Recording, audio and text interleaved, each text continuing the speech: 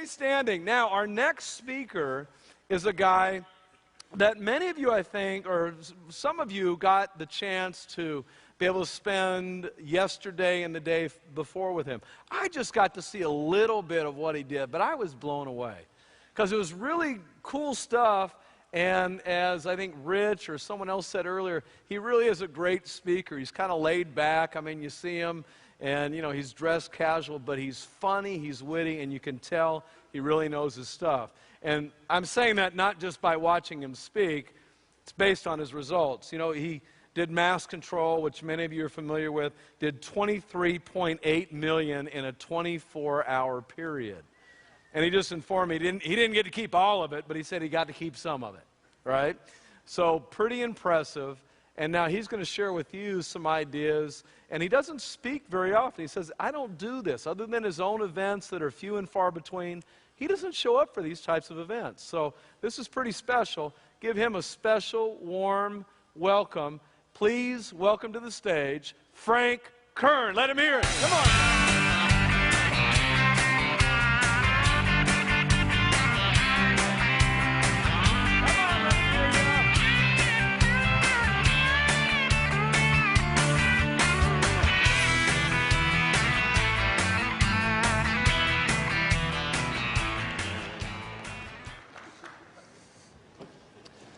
All right, all right, all right.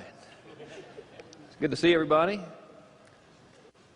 Pretty bright lights we got going on here. I hope I don't have some sort of a flashback or something as a result of them. Did you guys get a chance to see the Oscars last night? No? I guess hypothetically speaking, possibly a few people might have been partying in the bar or something. Happens. I was over at Reese's house last night, and we watched the Oscars. It was a very nice, quiet, romantic evening, John, Reese, and I, bonding, as men do while we watch actors cry and gush on stage. But I got to thinking what a nice community they have, the Hollywood community. When you strip away all the tabloids and stuff, basically, the Oscars was a reflection of, it was this closely knit group of people who all worked together in an industry and celebrated each other's accomplishments, rooted for one another, and you know, mourned when they lost some of their own. And I got to thinking that our community is a lot like that community, with the exception that theirs is obviously less attractive, which is, yeah, but you know, I mean, they try, you know what I mean, with the makeup and the stylists and everything. They're almost as glamorous as us, but not quite. And I got to think how nice it is to be part of this community. You know, you get to see, you get to come to events like this, and you get to meet new people, and sometimes those friendships can turn to lifelong friendships, and sometimes they can turn to very profitable businesses. I joined this community in 2001 and have made some of the longest and most endearing friendships I've ever had here. And it's a good group of people, and I'm happy to be here. So, let's see here. I've got my notes. I'm going to pretend like I'm not looking at them. Everyone raise your hands, please. Come on, come on, come on, come on. I'm not going to make you, like, throw your hands in the aya or anything. All right. I became part of this community as a result of buying Corey Rudel's marketing tips thingy, right? Years ago, I think that was in 1999. I know it was, actually, October of 1999. So I believe that most people, you're probably like, dude, shut up. I think that most people probably are here within this community, and not necessarily here today, but just specifically part of this group we have, this family, really, because they bought something, an ebook or a course. So if that is you, keep your hand in the air. Okay? Cool. Now, when I bought Corey's thing, a little voice inside my head was like, this is probably bullshit, it's not going to work. I had to suspend disbelief, right? How many of you, when you bought the thingy, whatever it was, had that little voice saying, this is probably bullshit, it's not going to work, but I'm going to give it a shot anyway? Keep your hands up. Pretty sure that's everybody, most people. Wow. Okay, you can put your hands down. Tony Robbins says, I think, he does now, he often says, Frank Kern is a wonderful man and you should buy his shit. They don't publish that very often, but he says it a lot. He says what the hell is it? It's in your moments of decision that your destiny is shaped, or something like that, right? So could you imagine what it would be like if you didn't have that little decision at that one point when you first bought that little thing, if you didn't have that moment of decision to say, fuck it, I'll try it anyway. I like to think about stuff a lot. I'm a little bit of a strange person. And as I was watching the Oscars last night, way to go Coen brothers, by the way, I was thinking about that particular moment of decision when I said, what the hell, maybe it'll work. I suspended my disbelief, right, which I learned from my friend and teacher John Carlton, that phrase. And I start to think about the evolution of this community and where we've gone and what we've been through since so many of us first came in and formed this community, because we're a new family pretty much, right? I mean, this whole stuff hasn't even been going on that long. I think the first big seminar was in 2002 or 2003. So it's easy to overlook the significance of one simple little moment. But Robin's statement is true, and I want to prove it to you, and I want to prove it to you in the context of this community. All right? And I'm going to give this little timeline, this little history lesson. It won't be boring, though, because I'll use profanity and tell jokes. I'm going to give you this in the context of from my point of view. So it's possible that a few dates might be wrong or whatever, but the overall picture is what matters. All right? My name is Frank, so we'll start with me. In 1995, I was very good at running businesses into the ground, had a little dog fence business. I could still do it. I'm not as good as I was. I could, if I wanted to, I could do it. Had a little dog fence business, saw an ad in a business opportunity magazine for a Jeff Paul course, suspended the disbelief, said maybe it'll work, bought the course. All right? I valiantly, it was supposed to be an arrow, I valiantly did nothing, which I'm very good at, really an expert. I don't mean to brag, but I am. Years later, because I'm a Tony Robbins student, I get this letter in the mail from Tony Robbins endorsing Jay Abraham. All right?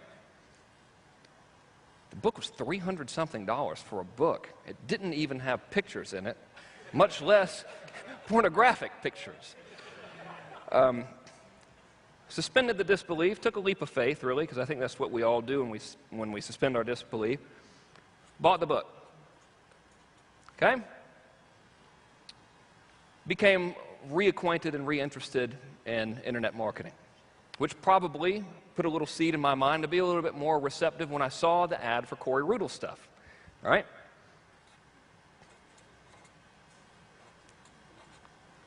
All right. Study Corey Rudl. Things are going okay. No reflection of Corey's teachings, obviously. He was a tremendous and very significant person in our industry, and I think we owe a lot to him, so thank you, Corey. Anyway, got turned on to Yannick Silver, who I learned the idea of selling ebooks from. All right? Everybody knows Yannick. He's a friend of ours. He's part of this community. Takes me to Yannick Silver, which leads me, this is not Yannick's fault, leads me personally, well, actually, yes, it is. Let's blame him. Leads me to create a product called Instant Internet Empires. Anybody remember that? Show of hands. All right, my record's almost clean. This is great. Probably not my finest work. All right, well, what happened is Instant Internet Empires is a collection of little books with reprint rights and stuff. It threw me immediately. It's one of those lucky break kind of things. Throws me immediately into the guru world. Like, I was just a dude trying to make some money out of my laundry room in Black Mountain, North Carolina. I create this product that sells like crazy. Next thing you know, everyone's like, Frank Kern's a marketing guru. I'm like, well, that's right. Yes, I am. You're damn right. Don't you forget it. All right, so that BAMO. Now I'm in this community, like in the spotlight. I end up getting into the spotlight a little bit more than I wanted to, and was sued by the delightful good old boys at the Federal Trade Commission Brothers Band. You might have heard of them, they're awesome. Okay. Not as much fun as lots of people would imagine. Okay. Remember this, empires. Now the whole point I'm showing you this is not to talk about my personal history. It's to emphasize what one moment of decision can mean to a community and possibly to the world. Nothing to do with me personally. Forget me. Pretend I'm anyone you want to. It's not about me, as you will soon see. All right, now right around that same time, right before I got sued by the feds, I go to the first big seminar. We'll just call that Big S. Anyone else there? The very first one in Dallas? Yep, show of hands. Who was there?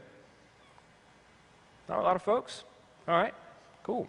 Old schoolers. I'll tell you who was there that I became friends with after never having heard of them in my life. A couple of guys. One goes by the name of Jeff Walker. The other one, John Reese. Didn't know either one of them. Pretty cool guys. All right? Interesting. It will be, anyway. So we're hanging out at the big seminar in our own little world, and Jeff says something about making 6 figures in 7 days. Wow, says John Reese. Impossible, says I. Not impossible, says J.W. Jeff, can I ask you a question? Did it require any leap of faith on your part to attempt to make the 6 figures in 7 days? No. All right. You just knew it was going to work. There's no shadow of a doubt. I had no idea what it would be. I knew it would be successful. The first time I did a launch, it was a huge leap of faith. I was shocked when someone bought something from me. Okay. So you failed the first time? Is that what you said? I couldn't hear you. I'm sorry. No, I didn't fail, but I thought I was going to fail. Mm-hmm. And they heard the story an hour or two ago. It was $1,600, and I was shocked. So after making $1,600, Frank, if you want to give me specific answers, you got to lead me a little better. Thank you. All right. Here's what I'm going for. Did you think that you were going to make $100,000 in 7 days? All right, no. Thank you. Jesus. I'm not telling you to agree with me, but if you were going to agree with me, what would your answer be? All right. Almost threw off my whole game. I'm up here trying to look like I know what I'm doing. That's what I'm here for, Frank. All right. So Jeff does 6 and 7. Nobody thought that was possible in our industry, right? It was ridiculous. Like if you've been around that long, and by our little community, I mean us internet marketing folks. Right? I mean, to someone like Jay Abraham or something, like, yeah, so what, you know? But to all of us, like other non-old school, super heavy-duty people, it was unbelievable. That inspires John Reese to maybe try to do something. But at that point, John Reese was not the John Reese that we know. He was not teaching internet marketing. All right? So John Reese, Jeff Walker, and I become friends. John Reese decides that he does not want to teach internet marketing, despite the fact that everyone in the community is demanding him to teach internet marketing. I convinced John to take a leap of faith and to do his workshop, which later became Traffic Secrets.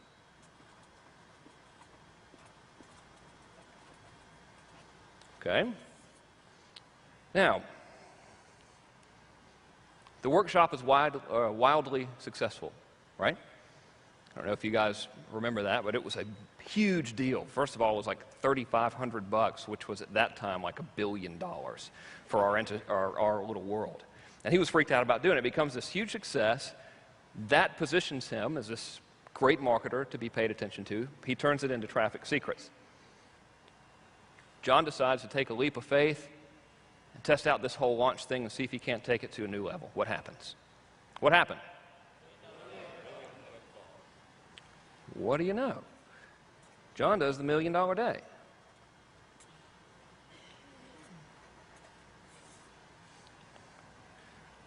because we see John do the $1 million day, our entire thinking changes. Our entire industry takes on a whole new mindset. So now lots of folks are saying, well, good Lord, if he could do it, maybe I can too. So after that, I think Jeff was probably like, maybe I'll teach this product launch stuff. Jeff Walker creates product launch formula and a whole slew, which is a real word, of wildly successful launches happen. Let's see, Stomper, butterfly marketing. No need to actually read that. I did the annihilation thing for Neil. Looking at my notes here. Rich did his very first coaching launch, which was extremely successful.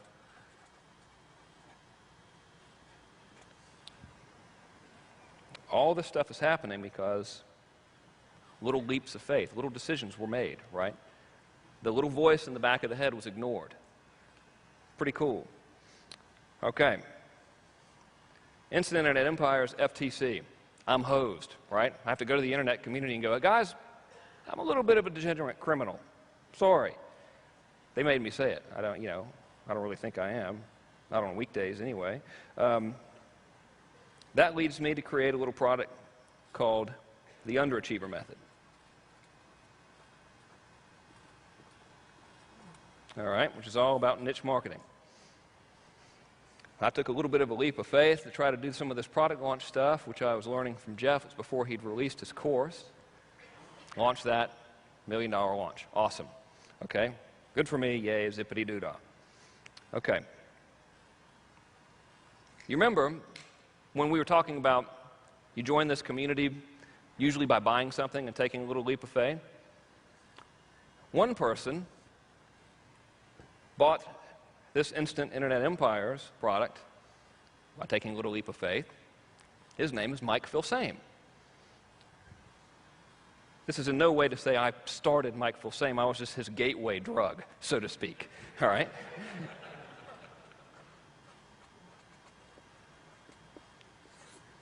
Who, of course, later went on to create Butterfly Marketing and Seven-Figure Code and this gigantic, sprawling empire of down-home country goodness that he has created. Think of what we've accomplished as a community since what I will internally refer to as our inception. Probably might be historically wrong, but that very first big seminar, it was for me, so this is all from my perspective. We went from a little ragtag band of 100 or so people in a seminar room and thinking that our little in-house lists of 10,000 people was a big deal, and we're all selling little $47 ebooks and everything. That's in 2003. It's now 2008. $1 million days are commonplace. Multi-million-dollar product launches are commonplace. Huge responsive lists are commonplace. Our community has grown from this little ragtag group of semi-outlaw-like kids, essentially, in our basements trying to crank out a living, to this giant multinational community. We're so much more than just who we are now in this room. Like, if you were to try to encompass the entire internet marketing community, it's literally millions of people, just if you combine like Rich's and Phil Same's mailing lists alone. It's millions of people. So we've come a long way. Think of the people that we as a community influence, hopefully for the better, right?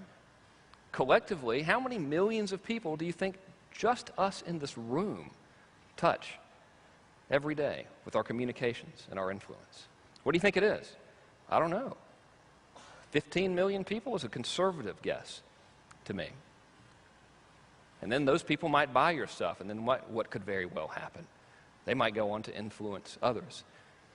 So, as a member of this community, I honestly feel that I am part of something much greater than myself. And the reason that I made this timeline for you, if you could call it that, this is actually if you were to hold this up to a science book, it would be a molecular diagram of alcohol. But it would match perfectly. There's your sugar right there. If at anywhere during this whole thing, that one moment where we paid attention and suspended, as John Carlton says, and suspended that disbelief, none of this would have happened. We would not be here right now. This whole circumstance would be different if at any time somebody listened to that voice, that this probably isn't going to work voice. So I, for one, pretty damn glad I suspended my moment of disbelief. Okay, stand up, please. So quiet in here. It's kind of freaking me out, yeah? It's like, okay, look the other way as I haul ass. All right. Remain standing if you will, just for today, suspend your disbelief and just try something. Doesn't cost you anything. Everybody? Cool. All right, that's it. That's all I wanted. It's more impactful than a show of hands, I think, to see everyone standing. Okay, we got that out of the way. I actually have a real presentation for you. I just wanted to preface it all with this thing because I think this is all very heavy-duty stuff. We can switch to my big fancy PowerPoint presentation now. Video people. What?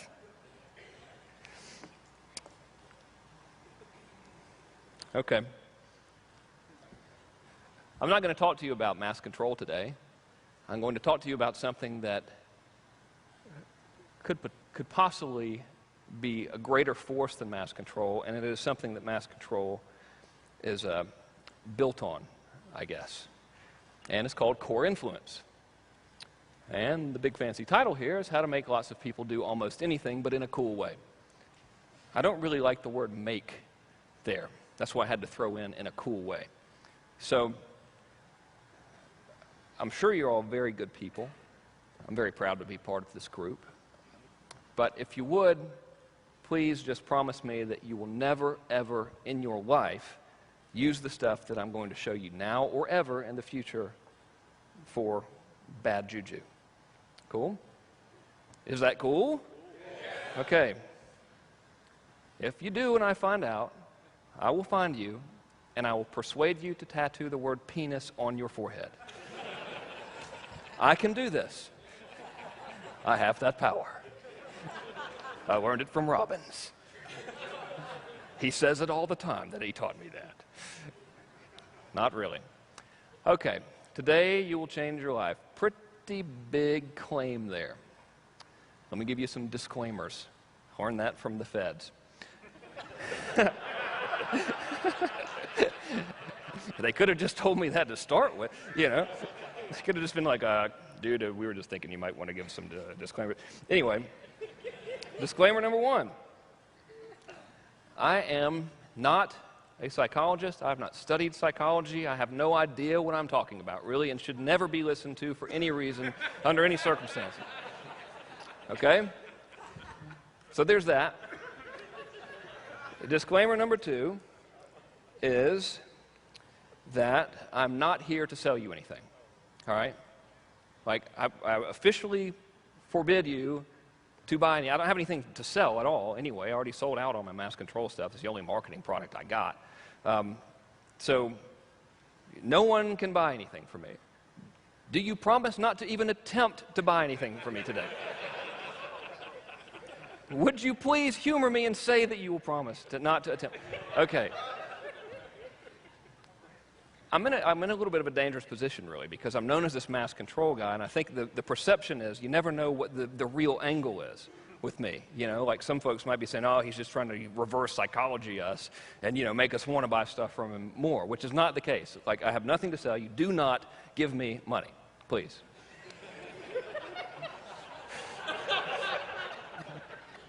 Fine, please give me money. The reason I'm so adamant about this is because we're going to do an experiment later. It's another one where you get to stand. And I don't want you to think that the experiment is some sort of sneaky sales thing, because it's not. I just want to see if this stuff, I just want to see the results of the experiment. So keep that in mind. Seriously, all joking aside, I'm not here to pitch anything. I think Rich would get mad anyway. And the final disclaimer is this is a major departure for me, what I'm going to show you. And this is a bit of a weird presentation, weirder than normal, in fact. Or weirder than most. I guess weirder than normal is kind of a stupid thing to say. Weirder than most presentations. It is a 3-part presentation, beginning with a nice, refreshing appetizer of weird, heavy-duty psychological stuff. It's possible that when you see me talk about this, you'll be like, damn, this is heavy. You know, it is heavy, all right? Not unpleasantly, depressingly heavy, but like raw kind of heavy stuff. Okay, and then, after our super heavy stuff, we will get into something which is dangerously close to New Age self-help stuff. So please know that I'm not a motivational speaker or anything. That's not my role here. I mean, for the love of God, people, I've created a product called the Underachiever Method, for Christ's sake. So that's not what that's about, but we get into that for a minute, and then finally at the end, as our dessert, we have a nice, warm batch of how to turn all this stuff into money. Cool? All right. Awesome.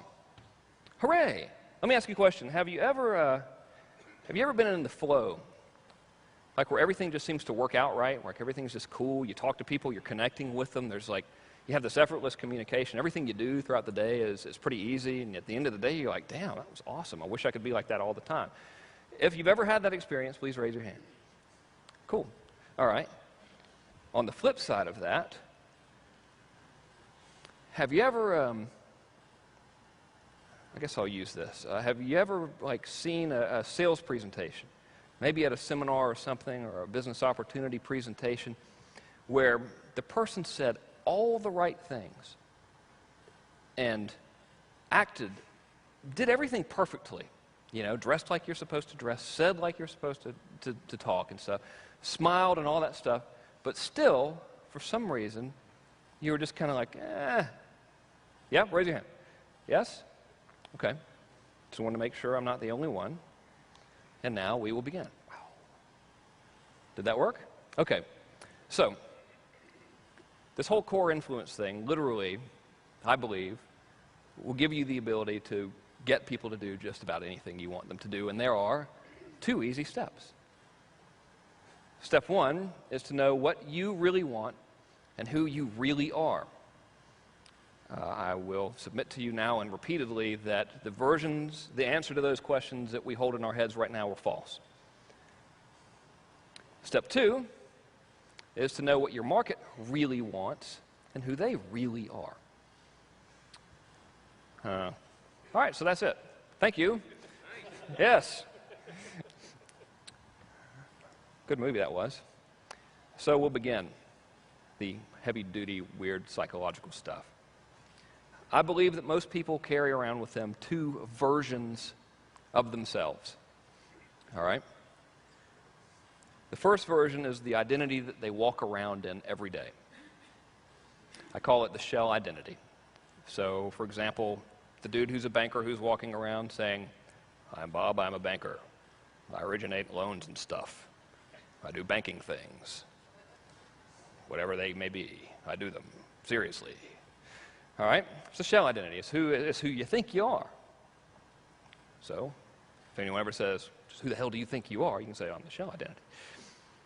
The second identity is the person that they really want to be, and that is the identity that people really want. So when Bob's at the bank having the conversation with the teller, Mrs. Jenkins, did you organize the deposit slips and do other banking stuff? Yes, Bob, I certainly did. It was fabulous. And during that whole thing, he's daydreaming about living at the beach or being a rock star or a drug cartel or whatever it may be. That's the identity that he really wants, right? And I believe that that inner identity is our true identity. And I believe this is true for everybody. That person that we daydream about, that life we daydream about, we really want to be that person. That's our deepest core desire. Therefore, I call this the core identity, and I believe this to be everyone's true identity. So I guess to really illustrate it, talking about Bob at the bank doing bank stuff, do you think that Bob at the bank, when he was a little kid, envisioned himself being a banker, going to the bank every day? Do you think he thought that would be awesome, or like he wanted to fly planes or something? Which one? Yeah, fly planes. Okay, so Bob really wants to be. And therefore, I think, at the risk of sounding all hokey and everything, I feel like it ought to sound hokey, I think that's the real Bob. I think the rock star or the baseball player, that's who Bob really is. He's just trapped in this banker thing because of social conditioning, largely as a result of guys like me who make ads. Sorry, Bob. So I believe everyone's core identity is held captive by circumstance and a lack of knowledge. I'll explain circumstance easier because that's the easiest one, or I'll explain circumstance first because that's the easiest one to explain. Bob wants to be a multi-millionaire playboy living in Monte Carlo. Circumstances might prevent that, such as Bob ain't got no money. Easy one, right? Lack of knowledge is the most insidious reason, and that is because I believe that we don't really know who our core identity is. Very few people ever sit around and think about that. Sit around and think about, well, I wish I had a car or a new house or whatever, but that's not really stuff. It's not who we want to be. All right? Stay with me here. Don't make me ask you to jump up and shout and everything. So, core influence. It's the reason why I'm really good at this stuff, at selling lots of things to people I've never met.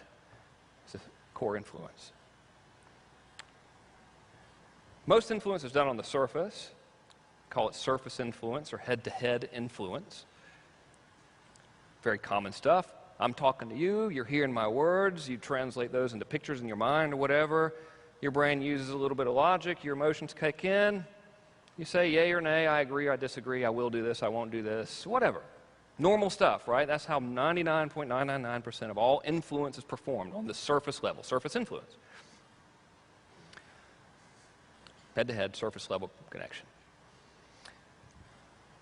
Works pretty good. Here's how core influence works. Infinitely more powerful, therefore often making surface influence completely unnecessary. Just quickly, a show of hands, how would you like to never really have to convince anything of anything again ever in your life? Okay, cool. That's what core influence does. Just want to make sure we're keeping the big picture in the frame of our minds here. I think we communicate on two levels, head-to-head level, and we communicate on the core level. We're going to get a little heavy here. I'm going to rope it in, but just bear with me on this heavy stuff. The lasting influence comes from a core connection. When I asked you earlier if you've ever had that experience where everything's going really well, and whenever you're interacting with people, you just seem like everyone I'm talking to, you've got this great bond with them, and it's all really easy. Like when you go to a party and you meet a perfect stranger and you immediately connect with them. You ever had that experience? That's the core communication. That's what's going on there. And it's just an unconscious thing that happens. You're congruent with your true identity, who you really want to be, and they are too. And when you're talking to each other, it's just right there. There's that instant connection. Like in those moments, if you guys want to go do something or whatever, it wouldn't take a lot of convincing, right? Because you're on the same plane. You're pretty much like on the same little wavelength. Core connection. All right. Pretty dangerous stuff here. When we get into the subconscious, I don't think I could even define what subconscious is, but I'll just pretend I know what the hell I'm talking about here with subconscious. I think it's your subconscious speaking to their subconscious. And I'm not talking about subliminal weirdness or any tricks. I think that your true person and your true intents are showing and is speaking to what they ultimately want, and those two are aligned. Does that make sense? Okay. Do you believe that our subconscious minds are really in control? There's no right or wrong answer. I'm just interested in what your feedback is. Show of hands if you believe this. Yes. Most people. Cool. I believe it too. I don't know it. How can we prove it? Actually, wait a minute. I can. I'm about to. Sorry. Photographic evidence even. Take that. So, sounding weird, let me try to de-weirdify it. I don't know why I use that title. That's kind of corny.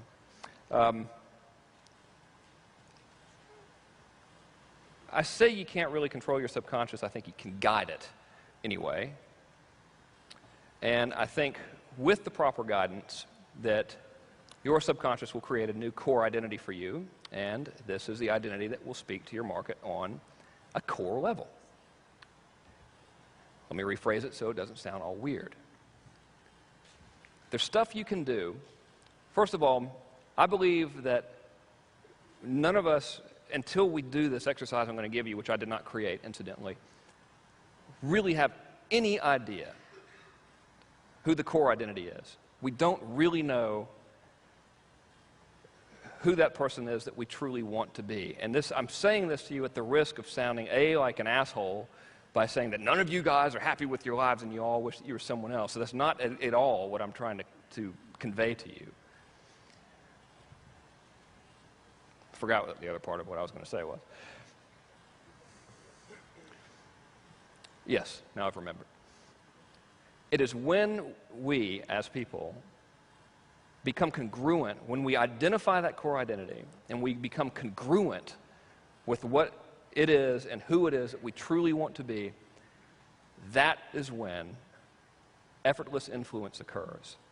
Well, almost occurs. Do you remember when I asked you if you've ever seen the presentation where the dude said all the stuff, all the right things, did all the right things, dressed the right way, used the right body language, and you were still kind of What you experienced was your subconscious picking up on the lack of congruence in core identity. So to use that example, this dude is giving you this presentation like, I'm interested in you, you need to buy my stuff, we're all going to make a lot of money, or whatever it may be. His core identity could be saying, I hate people, I cannot wait to get off of the stage, just give me the damn money so I can go home and do more blow. Right? And your subconscious is picking up on that despite the fact that he's done and said everything correctly. Does that make sense? Yes. Both of you agree that it makes sense. Awesome. Okay. Now, here's where it gets good. When you can pinpoint what the true core identity of your market is, and you communicate with them congruently from your true centered state, that true core identity, you will have more power and influence than you ever thought possible. Ever. Case in point being, let's see, they call it religion. All right? Religious leaders, some are not, this is not true for all, but some, such as like a Mother Teresa, was 100% congruent. She knew what that core identity was. She stepped into that core identity, and she spoke to the core identity of all the people she influenced in the world, regardless of what they did by occupation, what their religious beliefs were. She spoke to that core identity within them that said, I'm a good person who cares. He wants to give back to my fellow man, who wants to help and make a difference. Did it look to you like Mother Teresa was working real hard to convince anybody of anything? Yes or no? Core influence. So basically, you're all going to turn into Mother Teresa. Right after I do, right? Sure. So, but you are going to learn how to do this. You're going to learn some exercises that are very easy and fun and beneficial to you that will cause this to happen. I've been doing this since 1999, marketing things on the internet, and I spent, 9 years? I spent the first 7 years of it convincing people to do stuff. I spent the last 18 months or so sort of convincing people to do stuff. I figured this stuff out by accident, really, and now I don't have to convince anyone to do anything. It just works. So as marketers, a lot of us with our greatest challenges is getting people to buy our stuff. The bottom line is when you do this, more people will buy your stuff, and you'll generate much cooler customers, and your life will be a lot better. So remember, step one was find out who you really are and what you really want. I'm going to walk you through how to do that. Does that end the weird psychological part of the thing? Maybe. I'm not sure if we're still in the weird psychological part or if we're into the dangerously close to self-help New Age stuff. As I said earlier, we're using the Bob at the bank thing. I believe that our deepest core desires give clues to our core identity. It's a weird statement to make because right now we're probably thinking of desires on a material level. And that's not what I mean. I told you guys this was heavy stuff, right? You're like, damn, I thought he was going to get up here and tell jokes. Wish I'd have stayed at lunch. So, why are you here right now in this moment with me together with members of your community in this room? Noah? To help tens of millions of people, learn how to do that. Cool. It's a very nice thing to say, to help tens of millions of people and learn how to do that. Awesome. Good call. Some, Sell more. sell more? Beauty. All right. Make more money. That's probably like the front of mind thing. Make more money, right? It is, after all, a conference about, I don't know, business. It's typically the function of business to make more money. Cool. Good answer.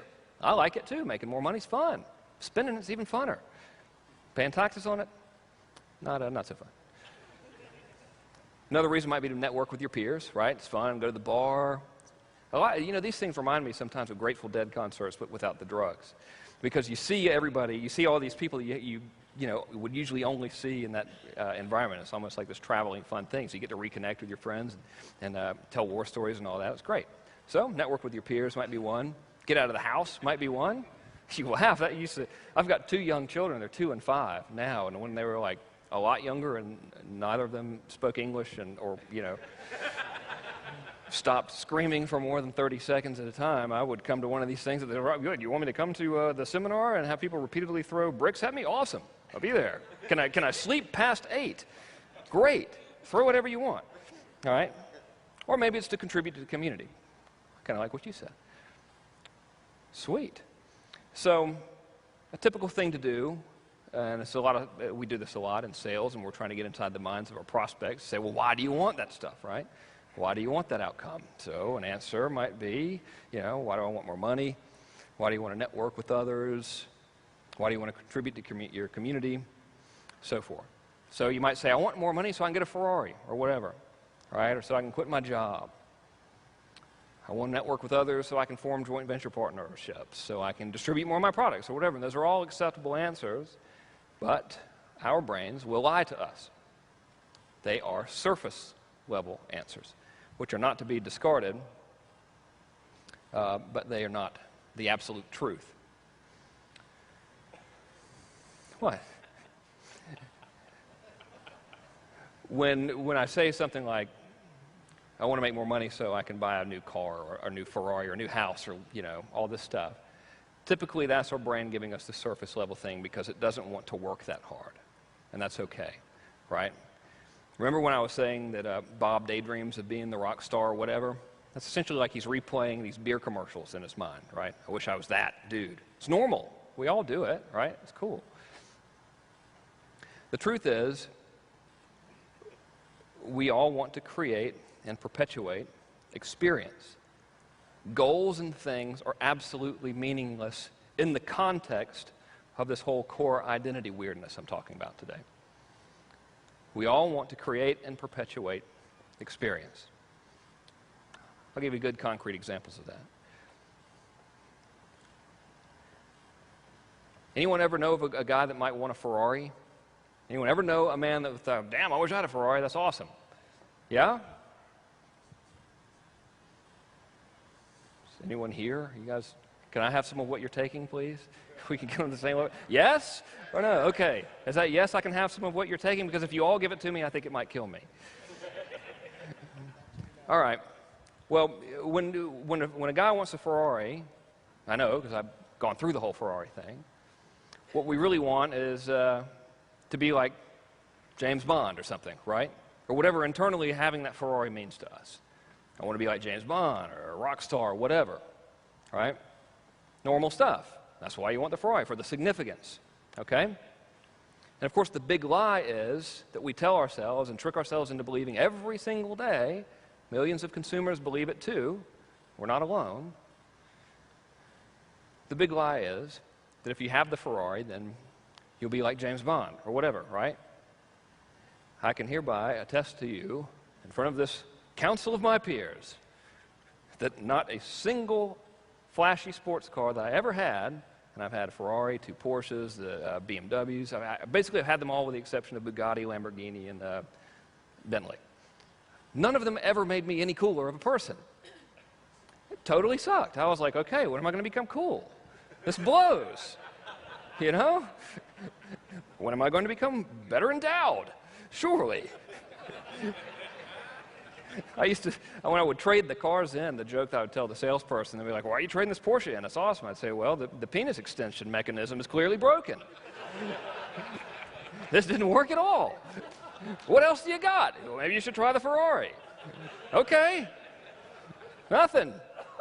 All right? What we really want with all these goals and things and bullshit that our brains tell us is experience. You want that feeling and experience of feeling like James Bond. You want the experience with the Ferrari thing. Not you, we, whatever. I'm not preaching at you. We want the experience of having the heads turn or whatever and feeling like that rock star. Right? Yes? Cool. Okay. So, I'm going to show you an exercise in a second that changed my life. That's a really weird thing for me to say, because normally when I hear about life-changing and stuff, I'm like, oh, God, you know, but it did, and I didn't even know what was going to happen when I did it. I just did it for the hell of it.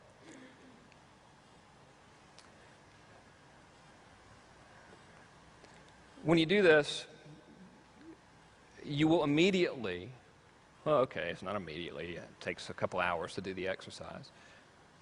So after a couple of hours, you will get clear focus of what your true core identity is.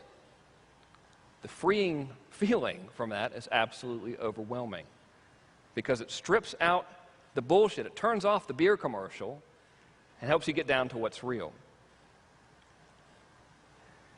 When you communicate from this core place, you're centered, stable, and focused. Cool.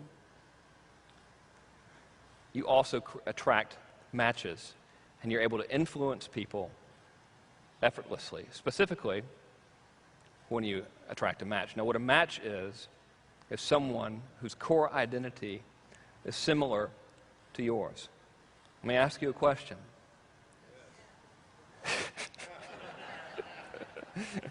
Do you think I'm insane? Yes. All right, great.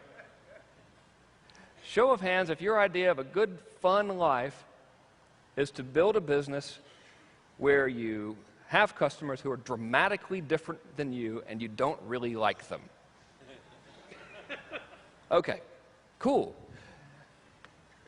Would it be fun to build a business and have customers who are a lot like you and you do genuinely like them and they do genuinely like you? Pretty fun. That's what I mean by you magnetically attract matches. Because when you're totally congruent and you have stepped into that core, and as you'll see, you actually will begin, or at least it happened to me, you'll begin to live that life that you map out. It's bizarre. You will magnetically attract matches because they will see internally, subconsciously, heavy shit, I know, but they will subconsciously be drawn to you because you are within the place that they want to be. Does that make sense? Cool. All right. This is all new stuff for me, so I was really stressed out about teaching this. I was like, this is either going to go over or people are going to think I'm the weirdest person in the world. I don't really know if there's much I can do about the second part of that, but hopefully it goes over and you guys get it and dig it. And plus, like me, you just might actually stumble into a new and better reality and experience the following. Does this sound hokey to anybody, by the way? It's okay if it does. I'm not going to be pissed off. Yeah, I mean, just please, someone say it sounds hokey to them so I won't look stupid here. One dude. Okay, thank you. Thank you for having it. Thank you for being honest with me and telling me that it sounds hokey. I used to think the type of stuff I'm talking to you about right now was the single biggest load of bullshit, only to be surpassed by something I could make up myself. All right? And probably the reason why is because I've been around lots of psychotherapeutic stuff. My mother's a psychotherapist, so I think she used me as a guinea pig. So I had this I know she's like, well, let's see what happens if we put him in the room with this subliminal message, you know, like, thanks. Thus explaining that incident with the cantaloupe. What? I just put salt on it. What the hell is wrong with it? Man, Rich said it was going to be like a nice professional place, and here you guys are. So it's cool if this sounds hokey, all right?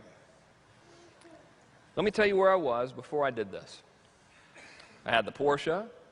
Ooh, I had me one of them Ferraris. Yay. I want you to keep in mind how significant that is to a guy my age, right? Or especially my age back then, like a young dude, you know, that's like, oh, Jesus, for some reason we're compelled to believe that's like going to make you the happiest person in the world. Again, probably because of people like us are convincing them that they're going to be, yeah, but still. Got to fly around on private jets, no shit. My daughter is 2. Her very first time in an airplane was on a private jet. Flew her and my family to Deer Valley. Took them skiing, took my mom, moved to San Diego, private jet. It was awesome, all right? Pretty cool. Had time freedom. I lived in Macon, Georgia. I could do anything I wanted to do. Unfortunately, there was nothing to do in Macon, Georgia. But had there been anything to do, I could have done it.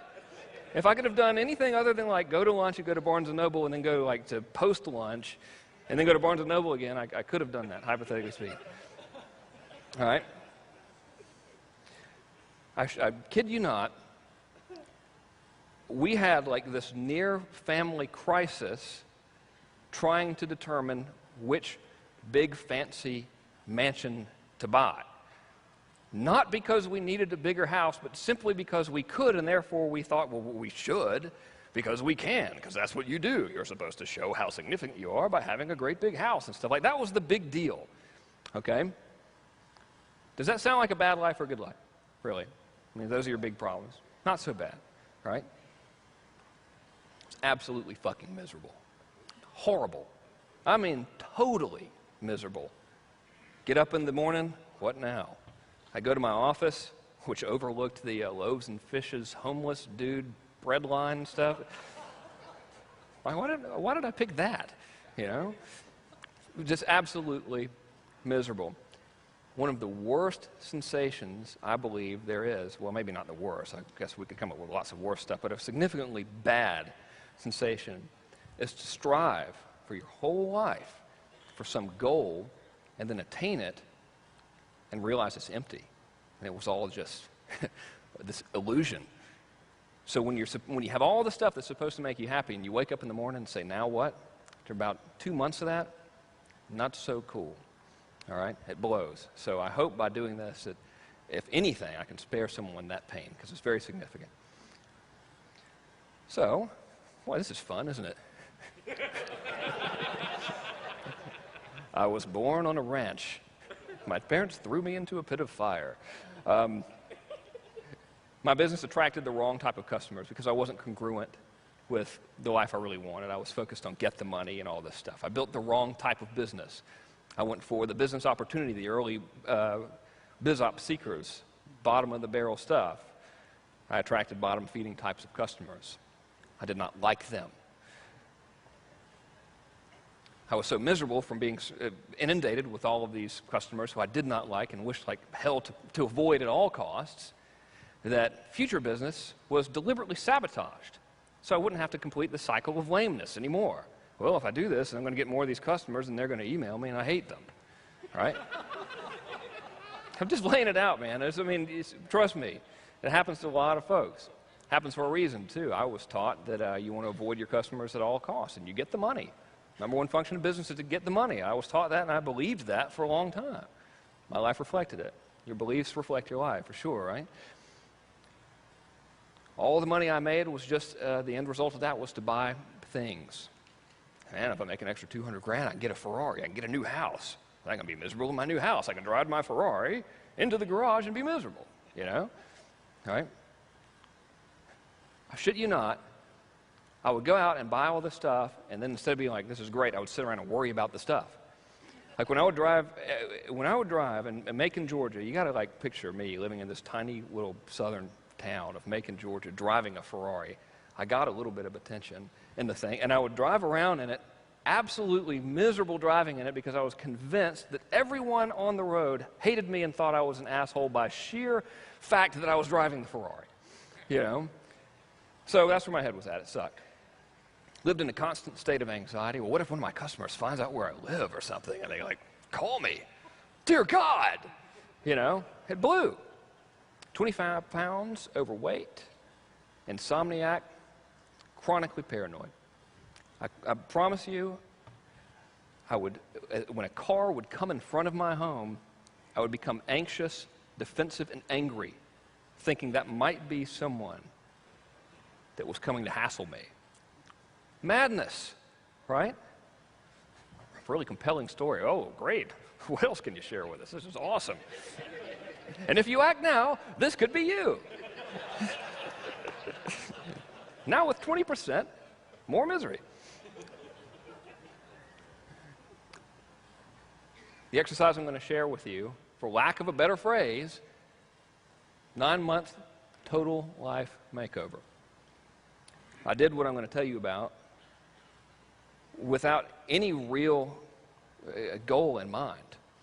I just wanted to figure out what the hell I wanted, because here I am, I'm buying all these things, I'm still miserable. We have this big dilemma on which fancy house. We literally went to see what the most expensive house we could possibly buy was, so we could just find that one, thinking, well, that's that'll be good, right? Yay.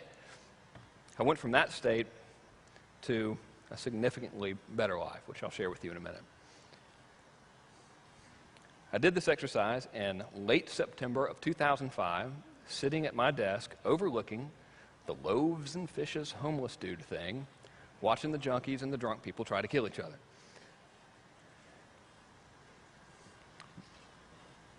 Remember, I was miserable, right? Hated my customers. As a result, income had declined because I was sabotaging my business. In November of 2005, did my first serializer launch. Made $360,000 in 9 minutes. Holy shit. Attracted customers I liked. Pretty cool. December of 2005, I launched a product called Ultra Underachievers. Instant $100,000 per month recurring revenue business. Dang old diggity. I then discovered La Jolla, California, and immediately decided to move there. Prior to my doing this exercise, I never even knew La Jolla, California existed. February, March of 2006, did my Serializer 2 class, made $640,000 in 45 minutes, and became a cash millionaire for the very first time in my life. People talk about being a millionaire. Well, I got, if you figure my house, my business, I'm a millionaire. Fuck that. If you can write a check for $1 million, you're a millionaire, right? So I had attained that goal, which was a big deal. I was like, wow, I made it, great. And I was actually happy about it, which was cool, first time in my life. March 2006, private plane, incidentally, awesome. Touchdown in La Jolla, California. My family and I live there now permanently. May of 2006, I did the Annihilation Method launch with Neil Strauss, bought my dream home, began surfing, created the dream business, and started to become a little bit aware of this increased ease of influence that was happening. I was just like, things have gotten significantly easier here. Damn. I didn't put 2 and 2 together about this exercise until years later. I'm a little slow. My personal income for that period, post-September 2005, when I did the exercise I'm going to share with you, $1.5 million. Wow. I was really stoked, considering it was just me, and I was moving my family. Imagine doing all that. Moving cross country is stressful enough, right? So not only was I able to locate a new place, sell my house, move my entire family, move my immediate family, leave all of our relatives and everything, home we grew up in, move to a new city, all the stress and pressure and all that, still managed to somehow make $1.5 million. Wow. Here's what the end result looks like today.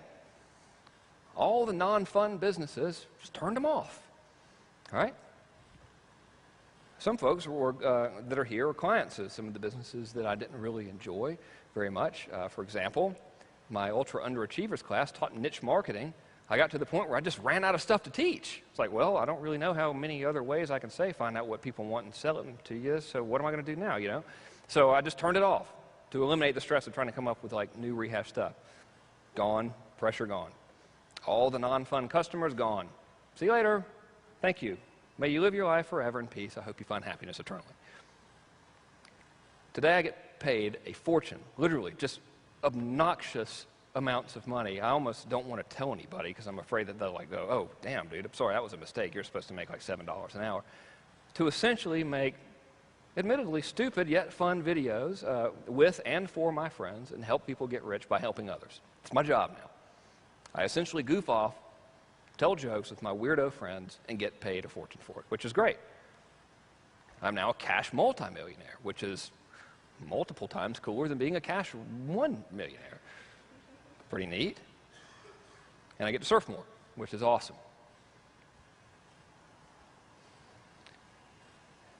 Perhaps, well, actually not remotely the best outcome of this, but a significant one is now within my market, I have effortless influence in the income that I make within my market and my community. I do so effortlessly, without stress, without drama, without convincing, without arm twisting. Very few people get pissed off when I send them emails and try to sell them stuff, which is outstanding. So, before we begin, we know, do you agree with me on any level at all that goals and things and stuff are irrelevant in the big picture for our overall contentment and happiness in life? Yes? Show hands? Yeah? Cool. All right. We know that our brain tries to convince us. Well, our subconscious knows better, but our brains try to convince our subconscious that these trivial things matter. And I think in doing so, what happens is we create this internal struggle that inhibits our ability to actually get anything done. So if you're like trying to sell, I'm a nice person, you should be healthy, and then you like really just want to live in Vegas and do a bunch of blow with hookers and stuff, it's going to really be difficult to sell the I'm Mr. Nice Guy, let's all be healthy business. Extreme examples, but it's the easiest to understand, right? You understand, like, you get how that would be hard when you have that internal struggle. You can dress right, look healthy, say the right stuff. It's just not going to work out. People might buy your stuff, but you're going to like be miserable. It'll blow. So what we want to do is we want to align our brains and subconsciousness, which we're going to do today.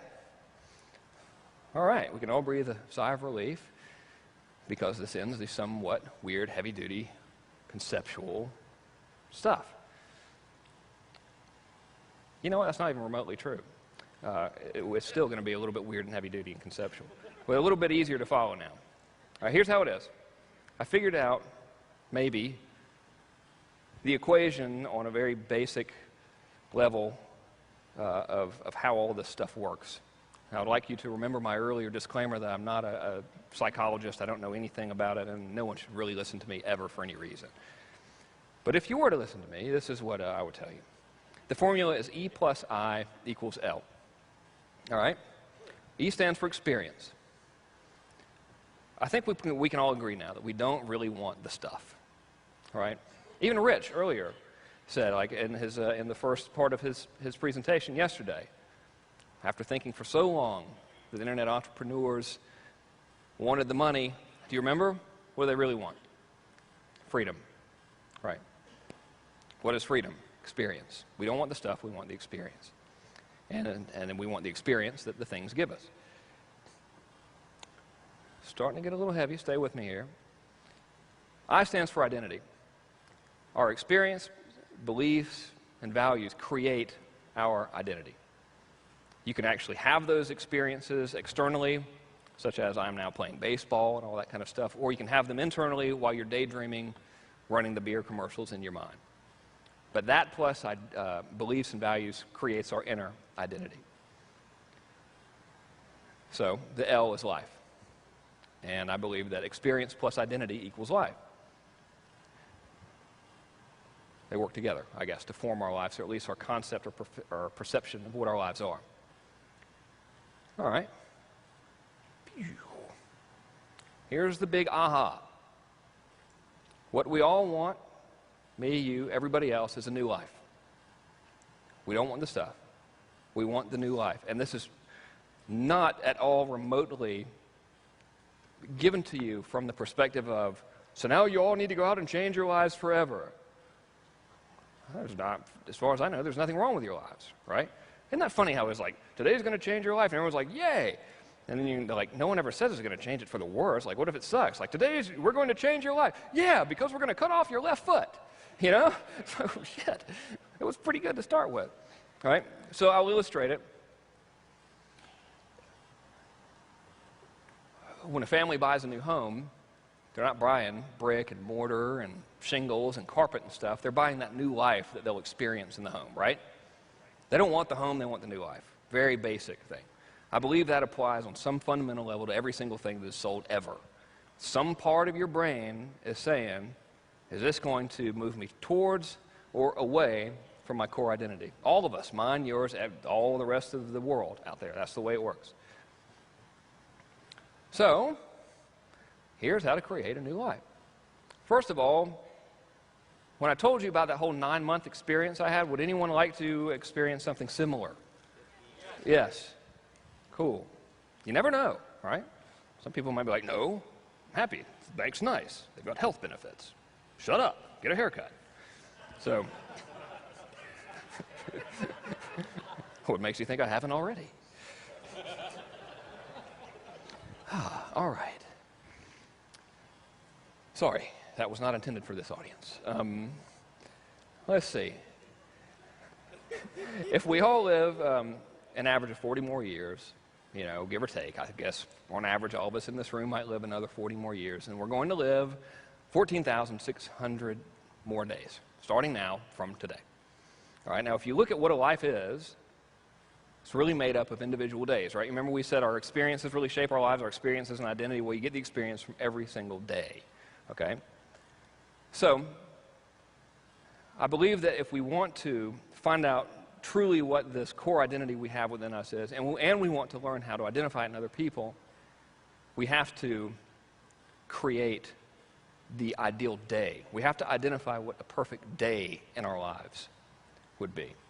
See, typically it's like, well, what do you want your ideal life to be? And it's like, well, I live in this big house and I got a Ferrari and all that stuff, and so it's okay, but it's the individual day that holds the key to what you truly want, what we all truly want. When I say you, I'm not like preaching at you at all. Like, forget me, you know, it's us. We're all collective.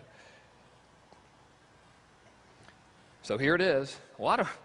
It's a lot of buildup leading up to this one question, right? Good Lord, I've been here for like 3 hours. When I told you I did this exercise in September of 2005, the entire exercise was to simply answer this one question. If there were no limitations or consequences, what would your perfect average day look like? If there were no limitations or consequences, what would your perfect average day look like? Not that heavy, right? Now we're into the dangerously new age stuff. But we are no longer going to talk about weird conceptual heavy stuff, which is cool. Okay, language is very powerful. So let me dissect the question for you. When I say limitations, I mean if we had no financial, geographic, health limitations or limiting people. So if like a perfect day, your idea of a perfect day is you wake up on the beach in Hawaii and you live in Macon, Georgia. Well, let's pretend that there are no geographic locations, right? Let's pretend that we've got all the money we could possibly want. If you can't, you know, if your perfect day is to wake up and go surfing and, you know, you've got a broken leg, let's pretend that your leg is not broken, right? Easy stuff. If you have limiting people in your life and your perfect day is to be away from those limiting people, let's just say you got away from them. Pew. Consequences is important. That's stuff that could get you into trouble. So it might be tempting to say, my perfect day involves waking up, drinking a liter of vodka, going and racing my Formula One car, to be followed by a cocaine binge with a truckload of hookers. That will kill you. Okay, so I don't think realistically that is your perfect average day. All right? And finally, I use the word average. It's very important that you really get the language right in this. You could do it every day and not get sick of it or get killed. Average, everyday stuff. Now, you might be thinking, Well, never mind. I should just show you this. So, it's like a 400-part question, really. But it's still 2 easy steps, all right? Step 1, build a giant house. Step 2, walk through the door, you know? When you think of this perfect day, it's important not to think about stuff, all right? We're going for experience. That's why the question is framed around a day. If you say life, you think about stuff, right? We all do. We think about the big mansions and the cars and the jets and all that stuff. So where would you live in this perfect day? You don't have to like write all this stuff down. It's normal questions, right? What would your house look like? Would it be clean inside? What would it smell like? What time would you wake up? What would you do in the morning? What would you think about in the morning? What would you say? What are your first words of the day? What are your first thoughts of the day? It's vitally important to drill down to this seemingly mundane, weird stuff. And when you do this exercise, I don't expect you to do it now because it took me, I'm a little bit slow, but it took me like 4 hours to do it. I had like literally, I don't know, 11 or 12 pages was the answer to the question. What would you have for breakfast? Mundane, but still, you got a certain thing you like to eat, don't like to eat, place you like to go? I got as specific as to drill down into mundane stuff like what I was thinking about when I took the children to school, and what I was thinking about when I dropped them off, and what I was thinking about when I got home. The more detailed you get about this, the more clear you become, and the more profound your outcome will be.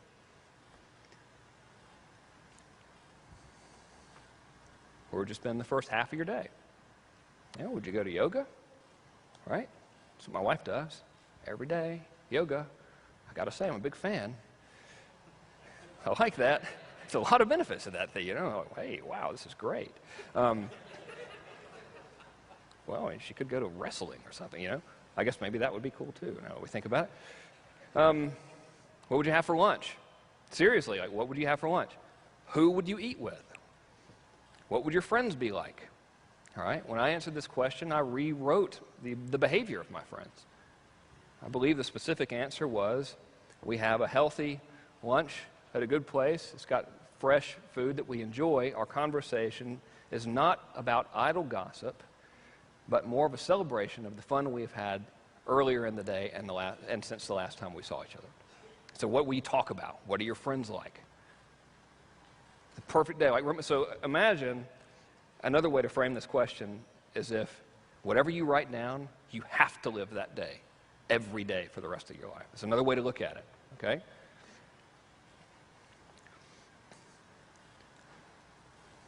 What would you do for personal fulfillment? Okay? I've tried, and you can't screw off all the time. You'll end up wanting to do something for personal fulfillment. What life purpose would you strive towards? That's a big one. Try to answer it honestly, because you might find, like I did, your answer is dramatically different from what all of your energy and time is focused on right now.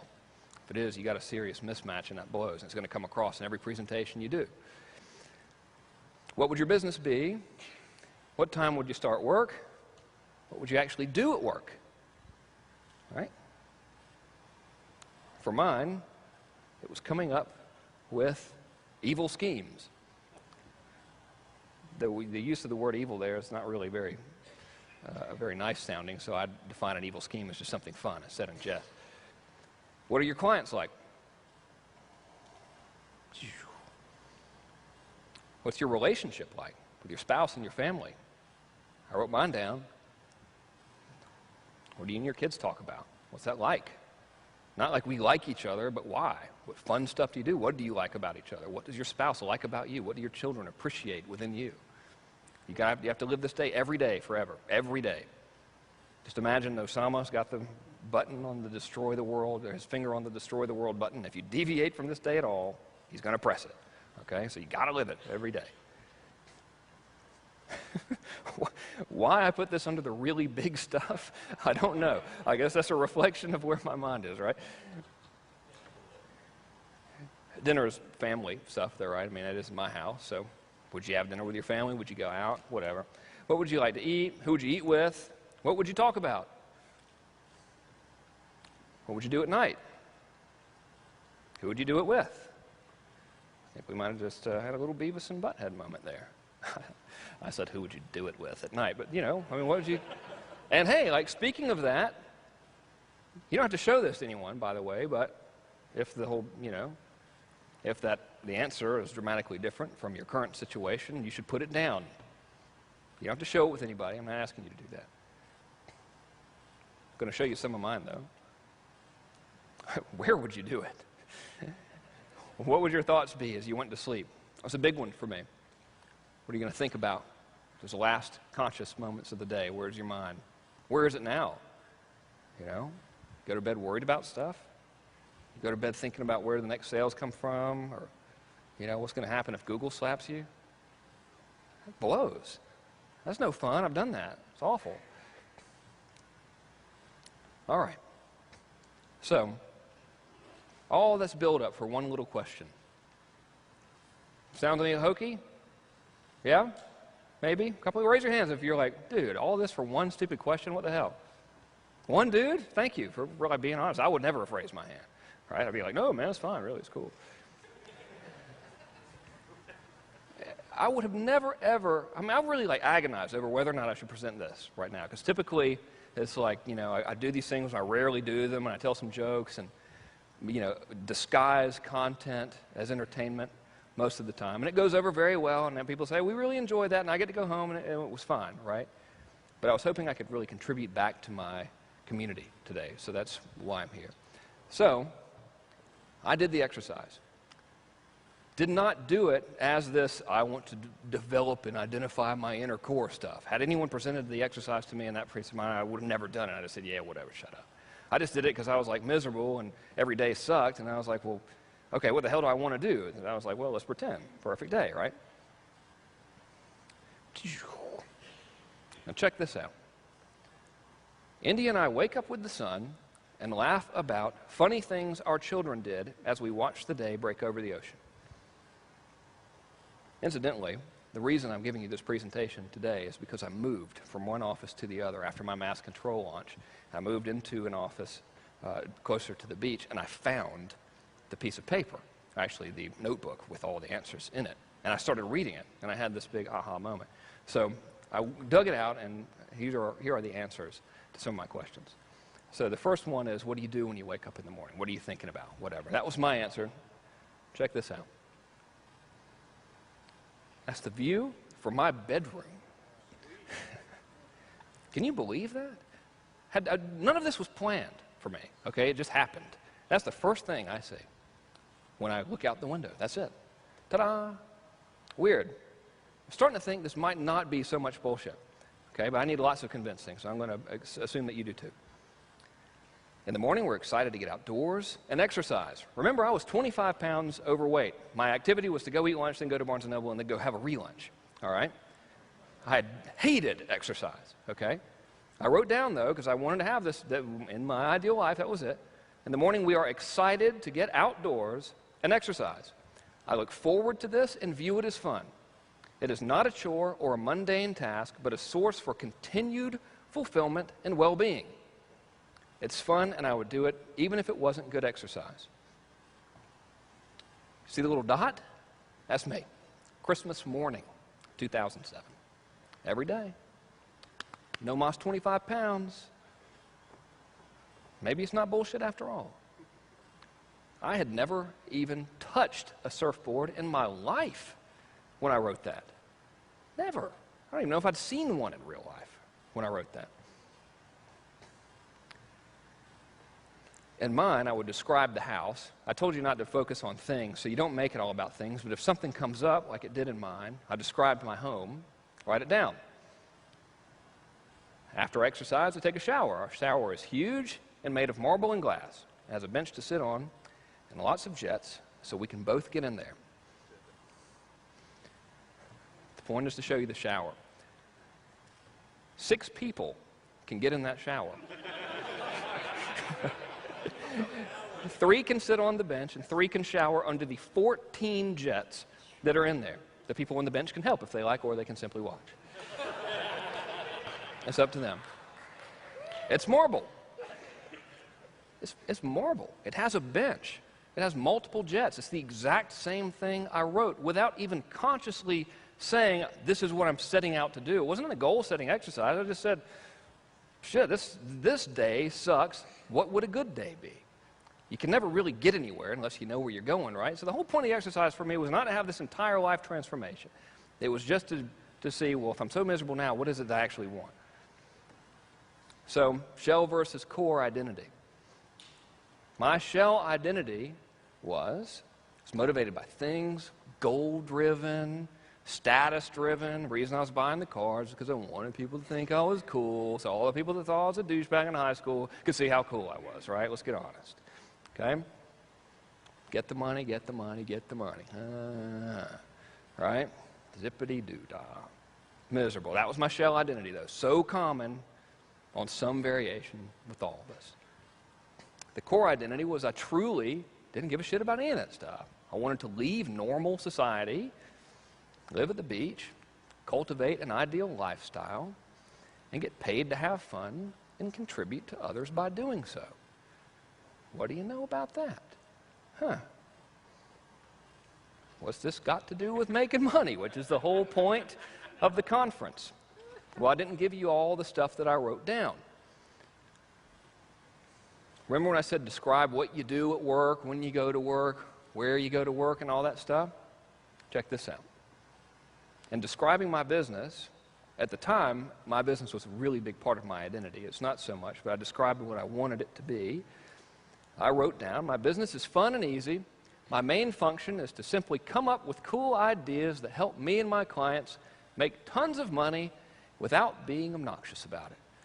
It works so well that I'm able to generate a huge income from only a small amount of sales. Huh, okay. Check this out.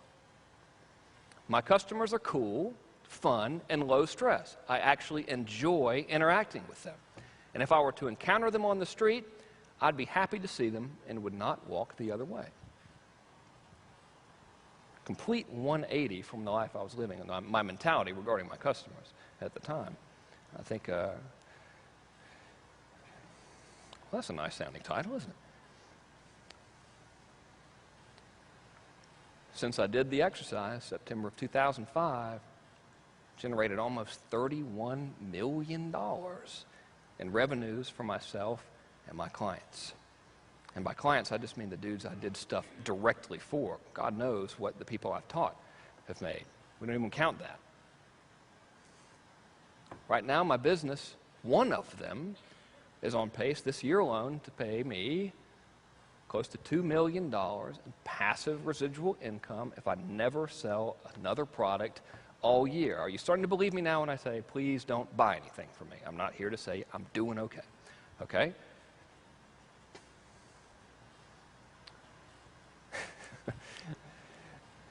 Because this is on video, I didn't want to use people's real names, so I used their nicknames. Mahler is a friend of mine. I see him regularly. He's the first person to ever recognize me in public. He's my friend, and he was one of my customers. As is Fizzle, Butter and Gypsy. And Fizzle, Mahler, see him very regularly, some almost every day.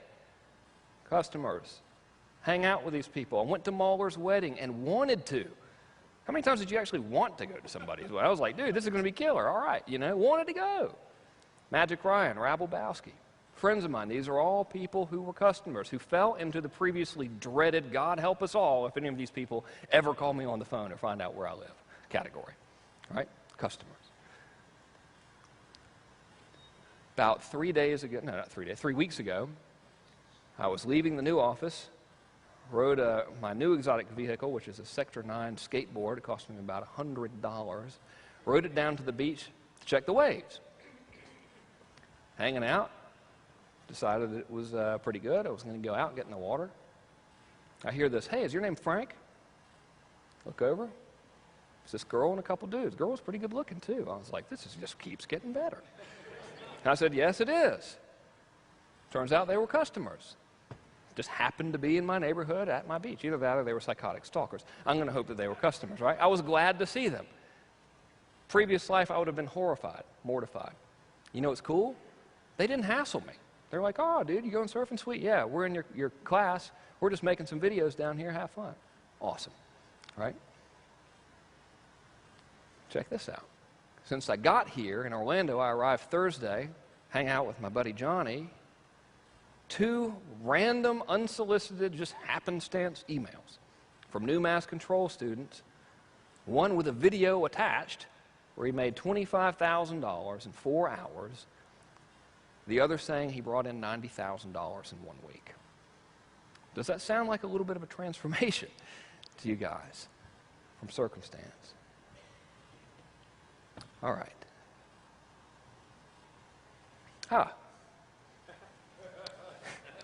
Would everyone please stand?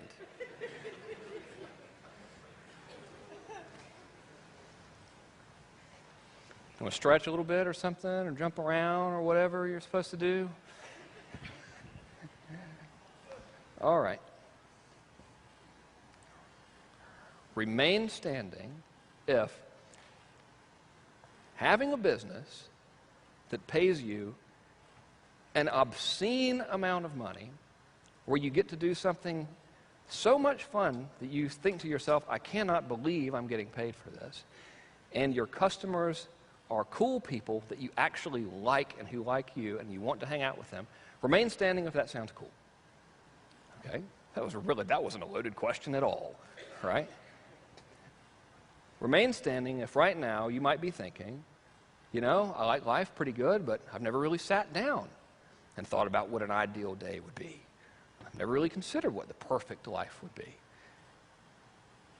If I were to say to you, I have a workshop or a class or whatever where we'll walk through this process together and you will have a clear path of what you want, and based on my personal experience of what happened to me, I believe it can happen to you as well, would you be interested? Remain standing if you would be interested. Okay? Now, if I were to say this workshop costs $1,000, remain standing if you would be interested. If I were to say this workshop costs $2,000, remain standing if you would be interested. Okay? Most people are still standing. The good news is there's no workshop. This was the experience. You can sit down. This was the experience, the experiment that I was telling you about earlier. This is why I was so emphatic about telling you that I was not really trying to sell you anything. I'm not. It's a fictitious product that doesn't exist. Okay, look what just happened. I begun today's presentation by telling you under no circumstances should anyone ask me to sell them anything. Okay, that is the absolute worst sales pitch ever, right? Don't buy anything from me. Do not buy anything from me. I just got up here and talked to you guys about some of the weirdest shit you have probably heard in months, if not years, especially at an internet marketing conference, right? But what happened? With absolutely no effort at all, and without in any way at all trying to convince anyone of anything or to sell anything at all, the overwhelming majority of the room said that they would buy the stuff. Why is that? It is because I'm speaking to you now from my core identity. See, I did the exercise. I figured out the life I wanted, who I really was, who I wanted to be, stepped into that person, didn't know what was going to happen. Damn, if I'd known that, I'd have done it sooner, right? And spoke to you from that core-centered, congruent place. Because I've serviced this market for so many years, I know that you guys share the same values as me. So while your dream life may not be to live at the beach or have the marble shower that could hypothetically fit 6 people, just saying it could, that's all, I'm just saying. Or surf or whatever, grow your hair long and not give a damn. While that may not be the exact match, I do know that the core identity of this group is a group that values freedom and lifestyle and experience and contribution and overall contentment above all else. Therefore, was I communicating this entire time with your surface identity or with your core identity? Core identity. It works. Yes, it sounds very weird. Yes, I am very weird. But it works. We just proved it, that it works. Now, I know this to be fact, right? If I actually said, okay, give me the money, not everyone that was standing up would say, here's $2,000, right? Maybe half would. Still, pretty good, okay? No convincing, no being an asshole, no obnoxious stuff, no stress. All's cool. Would you like to learn how to do the same? No, thank you. Okay. Well, the second step, first of all, if you do nothing, please answer the question. Please. It will change your life. What more proof do we need? I mean, you know, the secret's out now and all that stuff. Man, even like up until a couple weeks ago, until I found the stupid piece of paper that I actually wrote, I was like, those people are such charlatans. They are full of shit. Like, what more signs do we need to say this stuff works? Okay, so whether or not you do anything at all, please just answer that question. It will do you so much good, and you will be happy. Step 2, find out who your market really is. Okay. We talk about empathy a lot, right? Great salesmanship, you must have empathy. You must know how they feel, think like they think. At least convince them that you do. Yeah? Sort of the key. I believe that you must genuinely identify their core identity, know what their real desired outcome is, and know what life they really want. That's why, had I like focused this whole thing about things and money and you two can have a fancy watch and all that stuff, I wouldn't have had 90% of the folks in the room say, I think it was almost 100% say they give $1,000, like 90-something% said they give $2,000. That wouldn't have happened if I wasn't speaking to that core, right? So you have to figure out the core. This is critical. None of this will work if you don't do this. None of this will work if you don't do this. Lo and behold, you must actually give a damn, and you must actually help your prospects and customers move towards that core identity. If you don't care, it's not going to work. And you're not congruent with your core anyway. Critical. So if you're in a business right now, and you honestly don't give a damn, you're in the wrong business. Doesn't mean you're a bad person. I've been there too, right? It's just you're not in the right business. So you've got to care, and it's got to work. You have to genuinely help people. It's kind of a weird thing to say when we're talking about helping people. Here's the weapon I use to help people.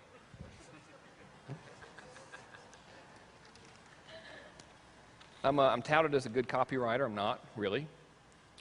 That's nice to hear. Thank you. Not a good salesman at all. I can't even put on a decent pair of, can't even wear shoes. You know? Not a good salesman. Not a marketing genius.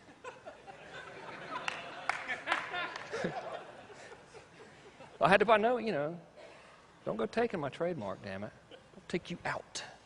Okay? I think I got all that reputation and stuff. People say, oh, Kern, good Lord, man, the guy's got the voodoo. Especially right now, because I just did this big launch and mass control and all that stuff. Yeah, oh, wow, this guy's killer, right? Well, if you look back, I really just do a good job of selling to the internet marketing crowd, specifically, okay? It's not like I couldn't, write copy for refrigerators or something. Couldn't do it, right? Yeah, so... well, really. I mean, we all know this. No one wants to come up. Let's just get it out in the open. Okay? Come on. That's all. So there's a reason why I'm really effective at selling to this market. Okay, I'm not going to tell you I can sell to every market, right? I can't. Sell really well to this one, sold okay to the dating market. Had I known this stuff in other niche markets, I would have really been much more effective. This is a method called the instant bond method. It is step 1 of 2 on identifying your market's core identity and learning to speak to it.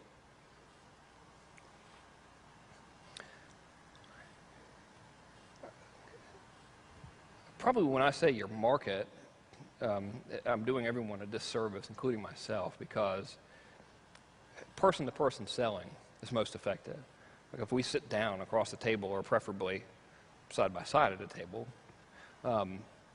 that's most likely the most effective way to sell in terms of closing the sale, right? Hard to get better than that. But we always think of marketing as we're marketing to this herd, okay? Which doesn't make sense. If selling face-to-face, and we should always think face-to-face.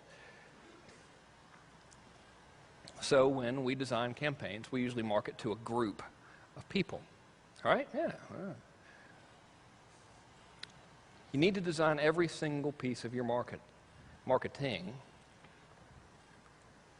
as if you were speaking to one person specifically. Well, I'm in a very bad situation now. I've got 3 of these bottles of water up here, all open, only one of them is mine. Very thirsty. Thank you. I don't want to have to drink after Walker. You never know what he's put in it. Well, how else do you think he's so smart? You know, it's the smart pills. Okay, hang on a minute. Am I doing good so far, by the way? Yeah? Okay, cool. Thank you.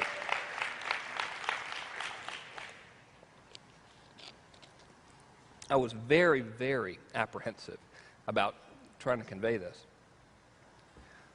I think if I didn't have the photographic proof, it wouldn't have gone as well. So when you're communicating with one person, I call it the core customer. I call it that because I came up with it on the plane when I made that slide. Call this person anything you want, but this is like the core, this one person. So here's how you create that person. If you could somehow magically manifest one single person who would be the typical embodiment of a classic customer or prospect in your market, what would they be like? Male or female? It's almost like if you were to ask me to pick them out from a crowd, who would you describe, you know? How old are they? Are they married? Some folks who've been around a while might start thinking about list data when we're doing this. And that's not really what I'm getting at. I want you to, instead of thinking about demographics, we want to think about the life of this person. Okay, what a typical day in their life is like who they are, not as a buyer, but as a person. Because we communicate as people. When you get into that I'm selling you the buyer stuff, it's lame. Okay? Do they have kids? Oh. What's their spouse like? The reason I asked that question and the following one, which is what does the spouse think of all this foolishness, is because we make so many decisions based on what we believe the opinions of others will be, and one of the most influential people in a household is the spouse. Except mine, where I'm totally in control all the time. It's all me all the time. Right. What's their relationship with the children like? What would this person be wearing? Would they be wearing, I don't know, a latex helmet, or would it be leather? You know, there's so many forms of headgear now. What do they do for a living? What's their biggest frustration? What's their biggest surface desire? All right? Stuff like that. So I did this exercise, and this was back when I was selling to the internet marketing crowd from the perspective of newer people just looking to make money. Yes. Okay. Don't read that, because I can't fit my description of Bob on the screen. Right, so when I did this, again, this is for the beginner's internet marketing crowd. I did this exercise some time ago. I created my little dude named Bob. All right, so here's Bob. Bob is 45 years old and sells insurance. He is married with 2 children who drive him crazy. And his wife thinks he's an idiot for trying this internet stuff. He's about 25 pounds overweight and wears glasses. Wears a short-sleeved, button-down shirt, which is white, and he wears khaki pants with it. His shoes are brown leather. His biggest desire is to make enough money to quit his job, which pays him $45,000 a year. That's Bob. If you were to go right now, if we could teleport to a typical beginner's level internet marketing pitch fest seminar, that's who you'd see. Lots of Bobs at those. Not so many Bobs here. It's not that event, right? Different crowd. But that's Bob. So who is your Bob? The question you need to do is you need to identify your Bob. Cool? Now this step 1 of step 2. Great at this. Remind me sometime to become a surgeon. We're going to cut open the femoral brain lobe? No? Sorry. Okay. Just by doing this exercise, we're already halfway there to identifying your market's core identity. You're already 100% ahead of most people in the market. Everyone else is a little bit of a strong word. Because what we're doing right now is, now that we know who we're writing to specifically, you can influence them on the surface. Like when I identify who Bob really is, I know that Bob is drawn to the big paycheck images. I know that Bob wants the new car, right? Because Bob's new at all this stuff. Bob is the guy that's at the insurance job, miserable. His kids are driving him crazy. The dude's coming home. He's confused. He's scared and all that kind of stuff. That's what he wants right now. Okay, so when I know that sort of stuff, we can influence them on the surface level. Surface level influence works really good. Almost everything we've ever seen is surface level. Okay?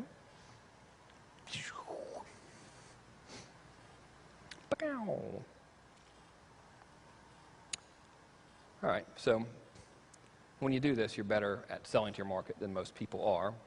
Just the surface level stuff, because most folks sell to their market without really thinking about who their customer is. It's just step 1. If you stop here at step 1, you're still going to come away with a lot. All right?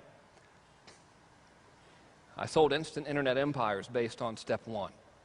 Did $640,000 or so personally in sales on the front end. From that, the back end sales were more. According to the FTC documents, it was $640,000 anyway. Created a product called Info Millionaire, which I really enjoyed selling. I thought it was a great product. Made around $300,000 or so from doing that. Pretty good, not bad. That thing was only up for a couple months. Made my Underachiever Mastery course, surface level influence, after identifying Bob. Bob gave me $1 million or so from it. So surface level influence with this empathy thing. A couple of years, Bob gave me around $2 million. Thank you, Bob. Now, if you want to absolutely crush it and have more influence and sales than you can stand, to the point where you actually have to say, in all seriousness, please do not buy anything from me, to a group of people with money who have proven to buy stuff from people like me, here's what you do. You become Bob, metaphorically speaking.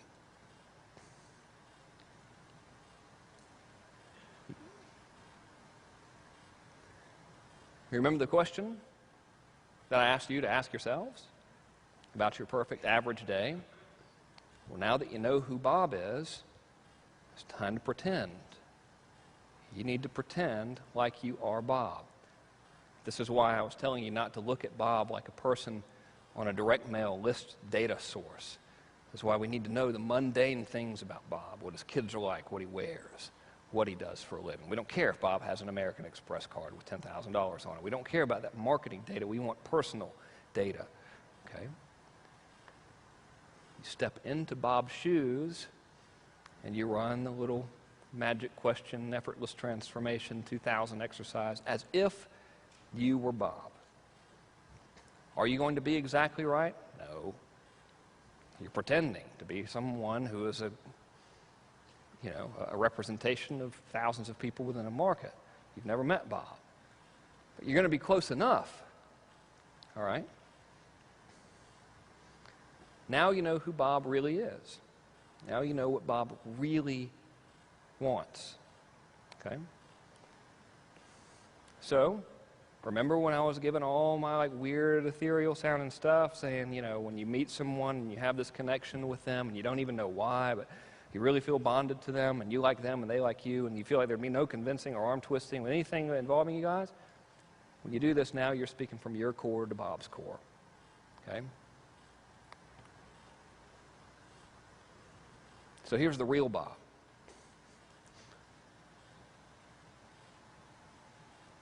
I think you should also know that when I came up with who Bob was, I did it years ago, and it was by no means any insult to this ideal person. There's nothing wrong with making 45 grand a year or wearing brown leather shoes or whatever. I'm not trying to say like Bob sucks and should be taken advantage of or anything like that. All right? Here's the real Bob. Bing. Notice that behind the back? Pretty good. Real Bob, significantly afraid of loss and embarrassment. In my market, right? Significantly afraid of loss and embarrassment, but does not want to openly admit it. Bob is typically male, and us fellas don't like to admit that we're scared of stuff. We're scared to. We're afraid to admit that we're afraid of stuff. Bob wants a lifestyle more than things. Bob wants significance and contribution more than bling. Significance and contribution. Big drivers, by the way. Bob wants respect and credibility. And Bob wants to be young again. That's the real Bob. So remember when I showed you the results of selling to Bob on the surface-to-surface basis before I really got to know Bob? Before I became a weird psychotic stalker and pretended to be Bob? Once I started figuring out who Bob was, the first thing I tried to sell was the serializer system. $1 million from 100 customers. Got to keep it all. No affiliates, no big list, no big fancy launch. Nothing. This one sort of counts. I faked it with the Neil Strauss launch because I'm not in that market at all. And I can't really step into the shoes that much of the guy trying to pick up women, and it doesn't really speak from my core to their core because it kind of weirds me out a little bit. I don't think there's anything wrong with it, but it's just I got daughters, man, so part of me is like, here's how you should pick up girls, but if you ever do this with one of my daughters, I promise you I will draw you and quarter you, so it's like not really working out that well, but it still worked out pretty good, $1.4 million. Now that I have a better understanding of what Neil Strauss actually teaches, or what Neil Strauss actually teaches and what that's all about, I think I could do a much better job of that. But still, as an experiment, because I would like to say publicly that that's not what his product is about, and that's not what he's about at all. He's a genuinely good, caring person. So, $1.4 million ain't so bad, though. First time, incidentally, anyone had ever tried to do a big fancy launch outside of internet marketing, right? So he works in internet marketing. Okay, let's see. All right. Hit the nail on the head with StomperNet. Damn, I didn't even want to do it. $18.3 million. I'm the guy that wrote all that stuff.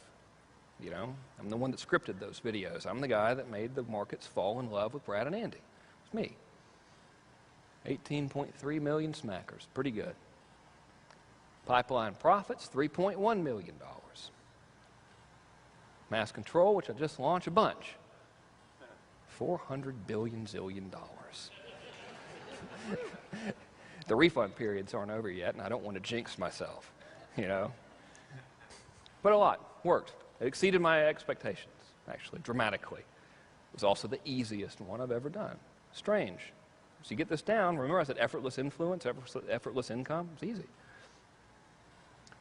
Experiment began, unknowingly, in September of 2005, which is right around 2.5 years. Remember what I did on the surface level when I just did the empathy thing, and around $2 million. Now it's around $31 million. Works. Very strange, right? I know lots of people are like, okay, we're going to find out what the best subject line is today. It works. Do it. So, after I made this long, protracted, obviously strange presentation for you, it occurred to me that it had absolutely nothing to do with the stuff that the sales letter for this event talks about. And I worked myself into a bit of a panic because it was too late to change everything, mainly because it was this morning when I was reading the actual sales letter. And I was like, holy shit, I'm not supposed to talk about this stuff at all. So I know that folks might still be thinking, okay, that's really cool and everything, but what do I do and say specifically to people to get them to buy my stuff? Am I going okay on time, incidentally? Fellas? Are you saying, am I getting the signals for yes or no? I'm getting the no signal. So I'll speak quickly. Here's the deal. Every piece of marketing that you do, every single thing you do matters. Every single thing you do, say, think, or write to your market matters. Everything. Does every single thing you say to your market matter? Yes or no? Yes. Okay, good. Well, I can say things like this to my children. I'll be like, don't draw on the wall, and it comes out wrong because they still draw. So I want to make sure that it's not me, It always needs to validate their core identity and move them closer to it. So if you look back at my most successful launch, perhaps not monetarily, but at least with greatest of ease, and I got to keep a lot of the money this time, which was nice, it was the mass control launch, which I just recently did. If you go back and look at the marketing materials, which you can find on my blog, frankkern.com, you will notice that throughout the marketing, money was talked about very little in terms of you're going to make a bunch of money with this, right? I didn't go out and say you're going to make millions of dollars. I used that big $23.8 million figure to get people's attention. Sometimes you need to get attention on the surface level, right? Bam, hey, psh, surface level attention, money, Jesus, I got to look at this guy. But then went straight to the core once I had the attention. Okay, so every single piece of marketing in that launch addressed the core. I had pictures of me at the beach. I talked about living at the beach. I talked about my family. I had pictures of my children on my computers in the video. It was all about significance and contribution that the market could make in their marketplace, how they could build a better life, how they could communicate more effectively for good. Not about the money. Every single piece addressed that core identity and was written to them, right?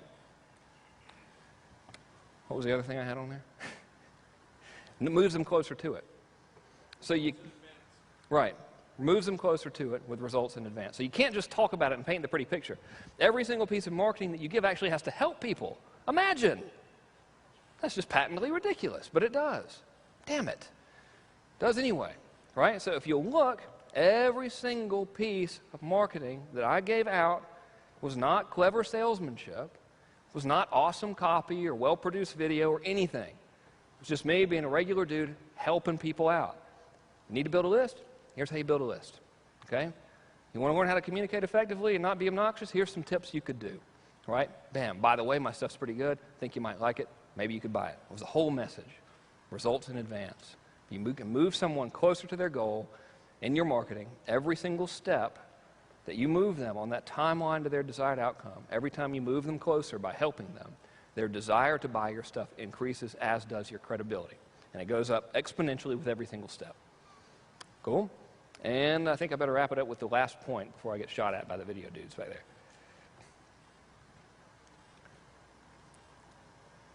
The results in advance list favor technique beach video. That was a weird sounding line. If you look at my blog, you'll see my marketing stuff. You'll see there's a video that shows people how to build a list. That's results in advance.